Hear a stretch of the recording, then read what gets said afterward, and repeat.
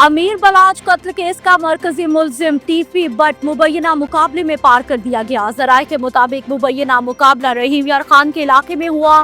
CCD एहलकार मुलजिम ख्वाजा तारीफ गुलशन उर्फ टीफी बट को तफ्तीश के लिए रहीम यार खान ले जाया जा रहा था।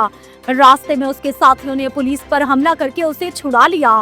पुलिस ने फौरी ताक़ुब किया और मुसल्लह मुलजिमान के साथ फायरिंग का तबादला हुआ, जिसमें टीपी बट मारा गया। डेरा इस्माइल खान में पुलिस ट्रेनिंग स्कूल पर दहशतगर्दों ने हमला कर दिया। 7 एहलकार शहीद हो गए। सिक्योरिटी फोर्सेस ने जवाबी कार्रवाई में 6 दहशतगर्द जहन्नुम वासिल कर दिए। मारे जाने वाले दहशतगर्दों में खुदकुश बमबार भी शामिल। पुलिस और दीगर सिक्योरिटी इदारों ने रात गए ऑपरेशन मुकम्मल किया। हमले के वक्त स्कूल में 200 रिक्रूट्स और एहलकार मौजूद थे। वजीर दिफा ख्वाजा आसिफ का कहना है कि 60 लाख अफगान मुहाजिरीन की मेहमान नवाजी की कीमत हम अपने खून से अदा कर रहे हैं।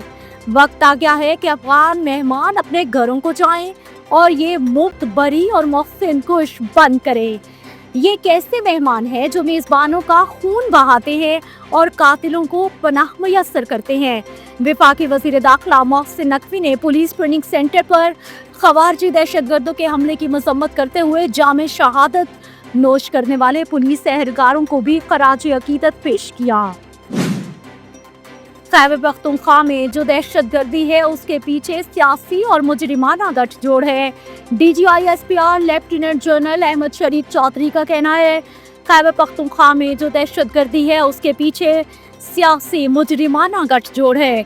DGI-SPR ने कहा कि सहूलतकारों के पास सिर्फ 3 चॉइसेस हैं। सहूलतकार खुद खारजियों को रियासत के हवाले कर दें या सहूलतकार खारजियों के खिलाफ रियासत के साथ मिलकर लड़ें, और अगर ऐसा ना हुआ तो सहूलतकार पाक फौज के एक्शन के लिए तैयार हो जाएं। गजा जंगबंदी मुआहदा नाफिजुल अमल, इसराइली फौज ने जुज़वी इनखला शुरू कर दिया। सहूनी फोर्सेस ने गजा के अंदर तयशुदा लाइन से पीछे हटना शुरू कर दिया। इसराइली फौज ने ऐलान किया कि गजा जंगबंदी मुआहदे के बाद इब्तदाई मरहले में हमास के 11 कैदियों को रिहा किया जाएगा। गजा में कत्लेआम के बाद इंडोनेशिया ने इसराइली जिम्नास्टिक्स को वीज़ा देने से इनकार कर दिया। इंडोनेशिया जिम्नास्टिक फेडरेशन की चीफ एटा जोलिलाती ने मीडिया नुमाइंदों को बताया कि इसराइली जिम्नास्ट्स की इवेंट में शिरकत न करने की तस्दीक हो गई। इस हवाले से इसराइल जिम्नास्टिक्स फेडरेशन की जानिब से फौरी तौर पर कोई रद्द-ए-अमल सामने नहीं आया। दिल के अरमा आंसुओं में बह गए। डोनाल्ड ट्रंप का ख्वाब ही रह गया। अमन का नोबेल इनाम वेनेजुएला की जमहूरियत नवाज रहनुमा को मिल गया। Royal Swedish academy of science के सरबराह जॉर्जियन वॉटन फ्रेडेंस ने नोबेल अमन इनाम 2025 का ऐलान करते हुए कहा, अमन का नोबेल इनाम वेनेजुएला की जमहूरियत नवाज रहनुमा मारिया कोरिना मचाडो को दिया जाता है। डोनाल्ड ट्रंप का कहना है कि उनका नोबेल इनाम जीतने वाले वेनेजुएला के अपोजिशन लीडर ने उन्हें फोन करके बताया कि वो इस अवार्ड के हकदार हैं। तर्जुमान व्हाइट हाउस स्टीवन शेविंग ने कहा कि नोबेल कमेटी ने साबित किया कि वो सियासत को अमन पर तरजीह देते हैं। पाकिस्तान के कोहे पैमा असद अली मेमन ने तारीखी कारनामा सरअंजाम दे दिया। असद अली मेमन ने दुनिया के 7 बरआज़मों की बुलंद तरीन चोटियों को कामयाबी से मुकम्मल किया।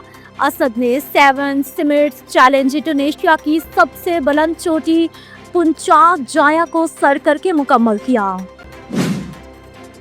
पाकिस्तान क्रिकेट बोर्ड ने अपना पहला ऑनलाइन स्ट्रीमिंग प्लेटफॉर्म मुतारिफ करवा दिया। PCB लाइव फिलहाल बरतानवी नाज़रीन के लिए आजमाइशी बुनियादों पर दस्तयाब है। बरतानिया में मुकीम शायकीन 12 अक्टूबर से शुरू होने वाली पाकिस्तान जनूबी अफ्रीका सीरीज के मैचेस बराह रास्त देख सकेंगे।